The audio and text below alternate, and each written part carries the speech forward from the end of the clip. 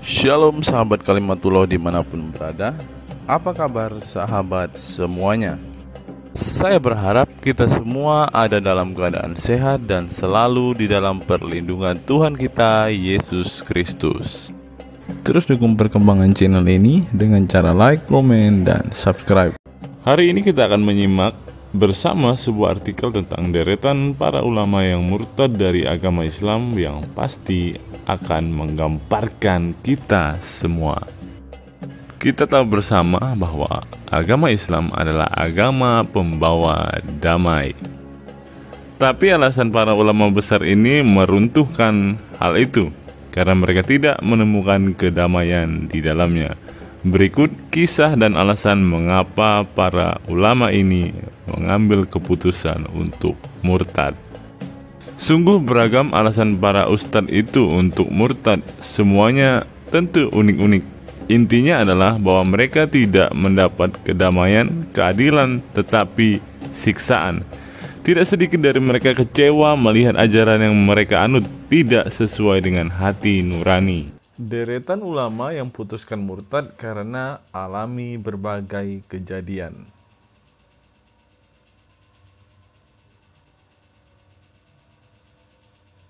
Jakarta Insert Live. Masyarakat sempat dibuat heboh dengan kabar beberapa ulama pindah keyakinan. Keputusan seseorang untuk memeluk keyakinan yang diyakininya memanglah hak setiap individu.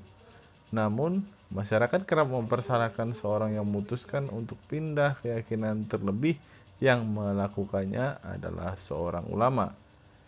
Insert Live pun telah merangkum beberapa ulama yang memutuskan untuk berpindah keyakinan. Pertama, Imad Uddin Lahis. Pertama ada Imad Uddin Lahis. Imad Uddin Lahis yang merupakan seorang mantan ulama paling tersohor kelahiran India. Ia dibesarkan dalam keluarga muslim yang sangat taat. Bahkan hampir seluruh keluarganya menjadi ulama tersohor di negeri Hindustan itu. Imad Uddin Lahis terkenal sebagai seorang penerjemah Al-Quran dalam bahasa Urdu serta menulis beberapa tafsir. Ketertarikan Imad dengan ajaran Kristen bermula saat adanya perdebatan di kota Agra pada tahun 1854.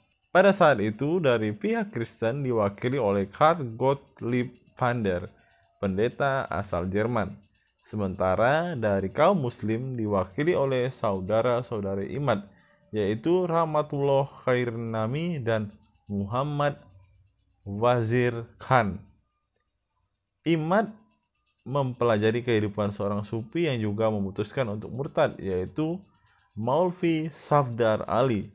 Imad pun melihat Maulvi hidup dengan tenang sejak menjadi Nasrani, terutama di negara yang dikuasai Barat. Imad pun memutuskan untuk murtad dan memeluk agama Kristen demi mendapatkan keselamatan dan ketenangan hidup. Tak hanya Imad, sang istri dan ke-9 anaknya turut mengikuti jejaknya untuk murtad. Yang kedua, Khalif Masjid Hasan. Ulama yang memutuskan untuk murtad yang selanjutnya adalah Khalif Masjid Hasan. Ia dikenal sebagai salah satu mantan petinggi Perserikatan Islam di Inggris pada tahun 1974. Khalif pun mulai membaca Al-Quran dan buku-buku tentang Islam. Namun, keyakinannya sedikit berkurang saat ia membandingkan isi buku yang tak seharusnya sama seperti yang diajarkan oleh Nabi Muhammad SAW. Pada tahun 1985, Khalif pun mulai membahas soal agama Islam di keluarganya yang taat pada ajaran Kristen. Namun, keluarganya enggan meneruskan perdebatan dan mengatakan bahwa suatu saat Khalif akan meyakini agama yang sama dengan mereka. Khalif Masjid Hasan pun berdoa dan meminta petunjuk kepada Allah SWT agar keluarganya bisa percaya dan menerima kehebatan Islam. Namun, Keluarganya serta ratusan jemaah lain justru mendoakan Khalid agar kembali ke ajaran Kristus. Pada tahun 1986, Khalid percaya akan cinta dari keluarganya. Ia pun memutuskan untuk memeluk agama Kristen dan menjadi pemimpin gereja paling berpengaruh di Inggris. Ketiga, Hajib Husman Muhammad. Selanjutnya adalah Hajib Husman Muhammad yang meninggalkan keyakinannya sebagai Muslim pada tahun 2003 lantaran mendapat contoh yang tidak baik dari lingkungan Islam di Ethiopia sejak kecil. Terlebih pemerintah tidak peduli dengan kerusakan di tempat ibadah termasuk gereja, hingga Husman memutuskan untuk berpindah keyakinan menjadi Kristen. Namun beberapa saat usai ia meyakini Yesus Kristus, Husman dan keluarganya mendapat siksaan karena ketahuan pindah agama. Dikabarkan keluarganya dipukuli, bahkan istrinya yang tengah hamil pun tak luput dari siksaan. Yang keempat, Omar Said.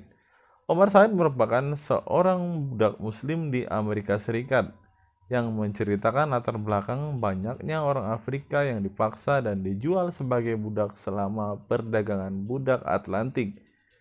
Ia juga merupakan seorang ilmuwan Islam yang menghabiskan waktu selama 25 tahun untuk belajar dengan beberapa ulama terkemuka, mempelajari subjek-subjek dan aritmetika hingga teologi Afrika. Pada tahun 1807, Omar Said ditangkap dalam sebuah konflik militer di Afrika dan dibawa melintasi Samudra Atlantik ke Amerika Serikat. Di sana ia diperbudak sepanjang hidupnya. Namun setibanya ia di Amerika, Omar ditangkap dan dijual kepada James Owen, saudara lelaki dari Gubernur Carolina Utara John Owen. Pada tahun 1821, dikabarkan bahwa Omar pindah agama menjadi Kristen dan telah dibaptis. Namun catatan menunjukkan bahwa Omar tidak pernah benar-benar melepaskan keyakinan sebagai umat Islam.